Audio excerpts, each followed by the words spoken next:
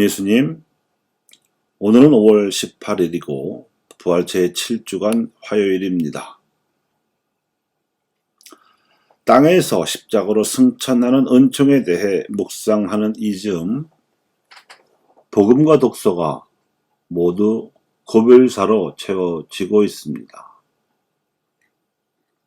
이미 매우 긴 고별사를 전해주고 있는 요한은 그 본론 겸 결론을 오늘 복음으로 전해주었습니다. 12제자 모두를 모아놓은 앞에서 예수님께서는 그들의 발을 일일이 다 씻겨주신 참이었습니다. 그리고 이렇게 발을 씻어주는 섬김의 삶이 바로 하나님께 봉헌하는 제물이어야 함을 기도로 말씀하셨습니다. 그래서 섬김이 봉헌 제물이었던 그분께는 순환이 곧 영광이었기에 이렇게 기도하셨습니다. 아버지, 때가 왔습니다. 아들이 아버지를 영광스럽게 하도록 아버지 아들을 영광스럽게 해주십시오. 이 기도를 예수님께서는 하늘을 향하여 우러러보시며 기도하셨습니다. 땅에서 이룩하시는 섬김의 순환이 곧 하늘의 일이었기 때문입니다. 병들어 아픈 이들의 고통을 치유해 주시고 마귀 들려 속박당하는 이들을 해방시켜 주신 예수님께서 갈릴레아에서의 공생활 동안 하나님 나라가 다가왔다고 복음을 선포하셨다면 이제는 그 복음 선포 활동을 마무리 짓는 예루살렘에서의 대결을 앞두고 예수님께서는 섬김으로 봉헌하고 순환으로 승천하는 삶이야말로 영원한 생명임을 선포하셨습니다. 하나님 나라의 복음은 이제 영원한 생명의 복음이 되었습니다. 복음이 선포되는 땅이 하나님께서 계시는 하늘이요. 섬기시는 분이 하나님의 아들이시며 십자가를 짊어지실 분이 부활하실 분이시기에 그렇습니다. 그래서 한마디로 말해서 영원한 생명이란 홀로 참 하느님이신 아버지를 알고 아버지께서 보내신 예수 그리스도를 아는 것입니다. 그런가 하면 오늘 독서의 상황도 이와 비슷합니다. 에페소에서의 선교 활동을 마친 사도 바오로가 예루살렘을 거쳐 네 번째 선교 활동으로서 드디어 로마에 들어갈 계획을 가지고 있었는데 무언가 심상치 않은 예감이 들었는지 굳이 에페소 교회 원로들을 인근 밀레토스 섬으로 불러서 작별 인사를 하고자 하였습니다. 이 원로들은 사도 바오로가 아시아에 발을 들여놓은 첫날부터 함께한 사람들로서 바오로에게는 동지이기도 했고 제자이기도 한 사람들입니다. 함께 했으므로 동지이며 하나님께로부터 받은 모든 뜻을 알려주었으므로 제자입니다. 그들 중에는 유다인도 그리스인도 섞여 있었을 것입니다. 유다인들의 음모로 사도 바오로가 겪어야 했던 시련과 그럼에도 불구하고 사도 바오로가 주님을 섬기는 마음으로 그 시련을 겸손되이 참아받았음을 아는 사람들이었습니다. 우상을 숭배해 온 그리스인들에게 회개하여 하나님께 돌아오고 주 예수님을 믿어야 한다고 사도 바오로가 증언했음을 지켜본 사람들이었습니다.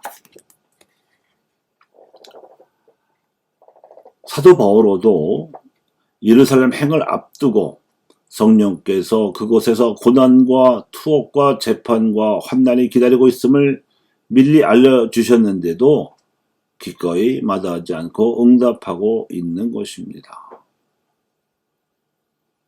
이로써 성령이야말로 땅에서 고난을 통해 하늘로 승천하게 해주는 기운이심을 알려줍니다. 목숨이 아깝지 않기로는 예수님이나 바오로나 마찬가지입니다. 왜냐하면 목숨보다 더 귀하고 더 중요한 영원한 생명이 기다리고 있기 때문입니다.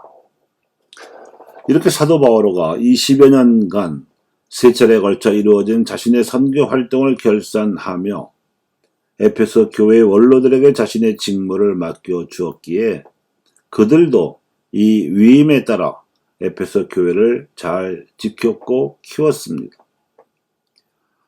사도 바울 이후에는 디모데오가 책임을 맡고 있다가 사도 요한을 초빙하여 이 에베소 교회를 돌보아 주었으므로 이들은 함께 인근의 6교회까지도 복음을 전하여 마치 밤하늘의 북두7성처럼 소아시아의 7별이 되었습니다.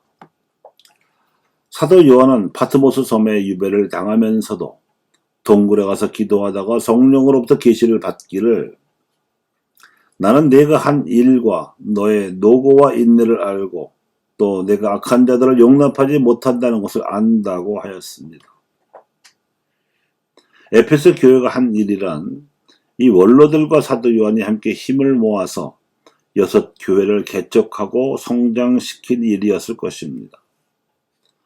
많은 도구를 들여야 했고 큰 인내를 발휘해야 했으며 알테미스 여신과 도미티아누스 신을 숭배하던 풍조를 이용하여 돈을 벌고자 하던 자들을 몰아내야 했습니다. 그런데 좀처럼 지치지 않던 에페소 교회가 사도 요한마저 박해를 당하여 파트모스 섬에 유배되자 처음에 지녔던 사랑을 저버리고 침체되어 버렸습니다. 파트모스 섬에서 사도 요한은 늙은 몸으로 대리석을 채취하는 중노동을 하면서 묵시록을 써서 보냈는데 이때 에페소 교회를 돌보던 사도는 오네시모였다고 전해지고 있습니다. 이후 그리스도 신앙이 공인되고 나서도 에페소를 비롯한 소아시아 여러 교회들에는 이단이 유행해서 정통신앙이 흔들리기도 했습니다. 영은 선하지만 육은 악하다고 영육 이원론을 펴는 그래서 강생의 신비를 위협하는 아리우스 이단이었습니다.